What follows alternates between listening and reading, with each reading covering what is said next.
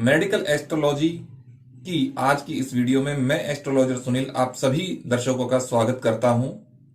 देखिए, पिछले कुछ दिनों से हम चिकित्सा ज्योतिष यानी कि रोगों को ज्योतिष के द्वारा कैसे देखा जाए कि हमारे शरीर में उत्पन्न होने वाली बीमारियां, उत्पन्न होने वाले बड़े बड़े रोग जैसे कैंसर, अस्थमा, हार्ट अटैक, इस तरीके की नेत्र रोग कुछ भी हो, इनको हमारी कुंडली के अकॉर्डिंग कैसे देखा जाता है। जिस समय में हमें कोई रोग होते हैं, कोई परेशानी होती है, तो कुंडली में किस तरीके से देखा जाता है, उस समय चले हुए समय के अनुसार, ग्रहों की दशाओं के अनुसार उसका सॉल्यूशन हम कैसे कर सकते हैं। हमें कैसे दवाइयां कई बार असर नहीं करती हैं, उसका क्या रीजन हो सकता है। कई बार ऐसा होता है कि ग्रहों की दशाएं प्रबल होती हैं, बीमारियां आ जाती हैं और उनके उचित उपाय या उपचार करे बिना हमें उन चीजों की परेशानी होती है, यानी कि दवाइयां काम नहीं करती हैं और ऐसी स्थिति में हम लंबे समय तक ट्रीटमेंट लिए जाते हैं। तो आइए देखते हैं कि क्या होता है। आज का जो टॉपिक है हमारा वो अस्थमा पे है। पहले हमने हार्ट अटैक पे वीडियो बनाया, वो आप देख लीजिएगा। और भी हमने वीडियोस बनाए थे, तो भेंगापन जो होता है, नेत्रों में विकार, तो उसका भी हमने बनाया था, वो भी आप देख लीजिएगा। बाकी आज हम बात करेंगे अस्थमा, दमा। ये बहुत से लोगों को होता है। ये मान लीजिए कि हमारे बड़े बुजुर्ग लोगों को तो 40-50 साल की एज के बाद में इस तरह की बीमारियां सताने लगती है। वैसे 40 साल की एज के बाद में ये बीमारी सताने लगती है कि अस्थमा की बीमारी हो जाती है, सांस लेने में परेशानी होती है। तो ये चीज है। अब बात आती है कि थोड़ा वही हमको बेसिक समझाना पड़ेगा कि किसी भी कुंडली को देखने के लिए जब हम ये बात करते हैं कि ये काल पुरुष पे आधारित होती है। हमारी जो 12 राशियां हैं वो काल पुरुष के शरीर के अंगों पे आधारित हैं। जैसे 12 राशियों का मेष को स्थान दिया गया है ऊपर सिर का, उसके बाद में वृषभ, उसके बाद में मेष वृष के बाद में मिथुन और कर्क, सिंह, कन्या, इस तरीके से 12 राशियां हैं। तो अब इसमें सांस के लिए जो नली काम करती है, तो यहां पे मैंने बताया कि मिथुन राशि, ये जो एरिया है ये मिथुन राशि का एरिया आता है गर्दन से। तो अब इस अंग में हम मिथुन राशि अगर मान लो पीड़ित है, यानी कि 3 नंबर, और कुंडली का अगर देखते हैं तो कुंडली में भी वही 3 नंबर का भाव, कहने का बाद 1 2 3, और कुंडली में भी देखेंगे तो 1 2 3 3 नंबर का भाव यहां से गर्दन और इस जो सांस की जो नली होती है उसको रिप्रेजेंट करता है। अब तीसरे नंबर की राशि, तीसरे नंबर की राशि के स्वामी, यानी कि मिथुन राशि, मिथुन राशि के स्वामी, और इसके बाद में तीसरे नंबर का भाव और तीसरे नंबर के भाव के स्वामी, यानी कि तृतीयेश। ये जब होते हैं तो क्या होते हैं? पीड़ित। जब ये पीड़ित होते हैं तो उस स्थिति में इस प्रकार की बीमारी, यानी कि सांस की लेने की प्रॉब्लम या दमे की प्रॉब्लम, अस्थमा, ये परेशानी उस व्यक्ति को आने लगती है। जब ये ग्रह, जब ये राशियां या ये ग्रह मान लो जो स्वामी ग्रह हैं वो, ये जब पापी ग्रहों के प्रभाव में आ जाते, राहु केतु जैसे पापी ग्रह हैं, मंगल ग्रह हैं, इनके जब प्रभाव में ये आ जाते हैं तो उस स्थिति में इस तरीके की बीमारी होती है। तो एक कुंडली के माध्यम से आप स्क्रीन पे देखिए, मैं आपको समझाता हूं। ये कुंडली है और ये ऐसी कुंडली हम ले रहे हैं जो वास्तव में किसी के साथ में जो बीमारी हुई है उनकी कुंडली हम लेते हैं। तो ये जो 5वीं राशि है वो लगन में है कुंडली में, आप देखिएगा, यानी कि ये सिंह लगन की कुंडली है और इसमें एंटी क्लॉकवाइज सारे राशियां बैठी हुई हैं क्योंकि कुंडली इसी तरीके से बनती है। तो आपने देखा कि 5 6 7 8 9 10 11 12 1 2 3 4 ये कुंडली में राशियां बैठी हुई है। दूसरे भाव में केतु विराजमान है और 5वें भाव में मंगल, गुरु और बुध हैं, और इसके बाद में जो छठा भाव है यानी कि 10वीं जहां राशि बैठी है उसमें सूर्य विराजमान है, और 7वें भाव में शुक्र है, 8वें भाव के अंदर राहु है, और 9वें भाव के अंदर चंद्रमा है, और 10वें भाव के अंदर शनि है।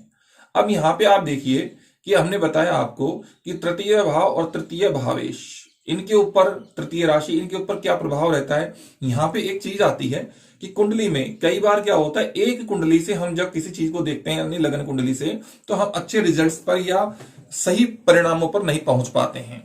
तो हमें सुदर्शन की पद्धति जो काम आती है उसको यूज करनी पड़ती है, यानी कि सुदर्शन पद्धति होती है इसमें।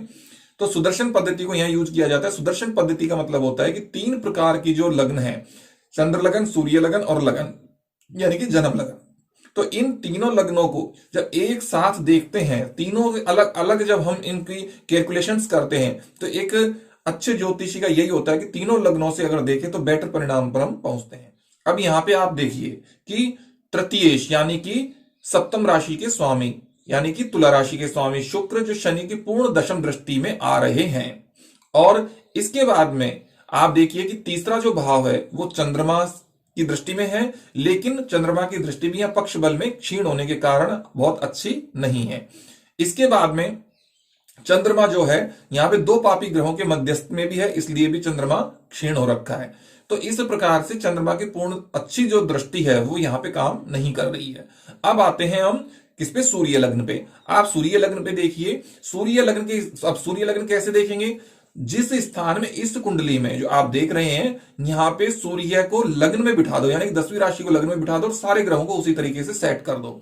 तो आप करके देख लेना, मैं यहां पे चेंज नहीं कर सकता सारी लग्नें, तो आप इसको चेक करने के लिए कर सकते हैं अपने एक नॉलेज के लिए। तो अब सूर्य लग्न से हम देखते हैं कि सूर्य लग्न में तृतीय भाव के अंदर राहु विराजमान है, जो वो ही रोग कारक है, पीड़ा देने वाले हैं और इस तरीके की जो रुकावट डालने वाले हैं।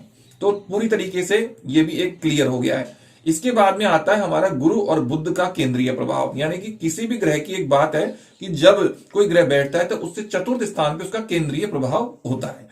तो यहाँ पे गुरु बुध का केंद्रीय प्रभाव जो है उसमें राहु और केतु का प्रभाव, जो राहु केतु का जो एक पीड़ा देने वाला या रोगजनक प्रवृत्ति वाला जो प्रभाव है वो राहु केतु का बुध और गुरु में आ रहा है, क्योंकि ये इनकी बुध और गुरु की राशि में दोनों राहु और केतु बैठे हुए हैं, इसलिए उनका प्रभाव भी इनके अंदर आ रहा है और ये भी वही काम केंद्रीय प्रभाव से तीसरी राशि पर कर रहे हैं।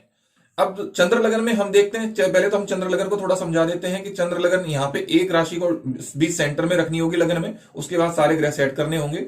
और फिर अब आप देखिए कि चंद्र लगन में क्या हो रहा है। अब चंद्र लगन पर मंगल और बुध की पूर्ण दृष्टि तृतीय भाव पर जा रही है, तृतीय स्थान पर मंगल और बुध की पूर्ण दृष्टि। अब मंगल और बुध में वही वाली बात है, साथ में गुरु भी है कि मंगल तो खुद पापी ग्रह है, खुद अपनी दृष्टि में रोग दिए हुए हैं, लेकिन जो गुरु और बुध है उनमें फिर वही चीज है कि राहु और केतु दोनों के अधिष्ठित राशि के ये स्वामी हैं, इसलिए पूर्ण तरीके से ये रोग कारक बन रहे हैं। और चंद्रमा वही पाप मध्यस्थ है, इसलिए चंद्रमा का प्रभाव भी वही है। तो कहने का तात्पर्य यही है कि तीनों लग्नों से हमने देखा, तीनों लग्नों से वही तीसरा भाव जो है पूर्णतया पीड़ित दिखाई दे रहा है। सुदर्शन पद्धति के अनुसार यदि हम देखते हैं तो तीसरे अंग पर तीनों तरीके से पूरी तरीके से रोगों को उत्पन्न करने वाली जो स्थिति है वो बन रही है। तीनों कुंडलियों से अगर हम देखते हैं तो तीनों ही प्रकार से इसमें तीसरे अंग पर रोग जनित स्थिति बन रही है, रोग देने वाली स्थिति बन रही है, और इसी वजह से इनको दमा हुआ, अस्थमे की बीमारी हुई। और ये सत्य है कि किसी भी कुंडली में इसी प्रकार से अगर कोई भी, अगर मान लो सुदर्शन पद्धति से हम यह देखते हैं या कुछ भी, तो अगर ज्योतिष में इस तरीके के योग बनते हैं कि एक साथ कई ग्रहों की एक ही अंग पर पूर्णतः पाप दृष्टि पड़ रही है या पाप प्रभाव पड़ रहा है, तो निश्चित है कि उससे उत्पन्न दोष हमें निश्चित होगा, हमें बीमारी होगी। लेकिन फिर भी ज्योतिष अपनी जगह पे है, कोई भी अगर बीमारी होती है तो ज्योतिष से आप उसका समाधान करिए, इन ग्रहों के उपचार करिए, इनके जब इस तरीके के प्रभाव आते हैं तो इनके उपाय करने चाहिए। और साथ साथ में हमें मेडिसिन भी लेनी चाहिए, दवा भी लेनी चाहिए, क्योंकि दवा भी हमें लेना जरूरी है। ऐसा नहीं कि हम ज्योतिष के भरोसे बैठ जाएं अपने आप सही हो जाएंगे, ऐसा कदापि नहीं है। दवाई लेना अवश्य है, लेकिन दवाइयां जब काम नहीं करती हैं जल्दी हमें असर देने के लिए, हमारा रोग ठीक हो जाए, बस कुल मिलाकर के दवाइयों को काम करने के लिए हमें ज्योतिष का सहारा भी लेना जरूरी है। तो आज की वीडियो में बस इतना ही, फिर मिलेंगे एक नई वीडियो के साथ, नए टॉपिक के साथ में। तब तक के लिए नमस्कार।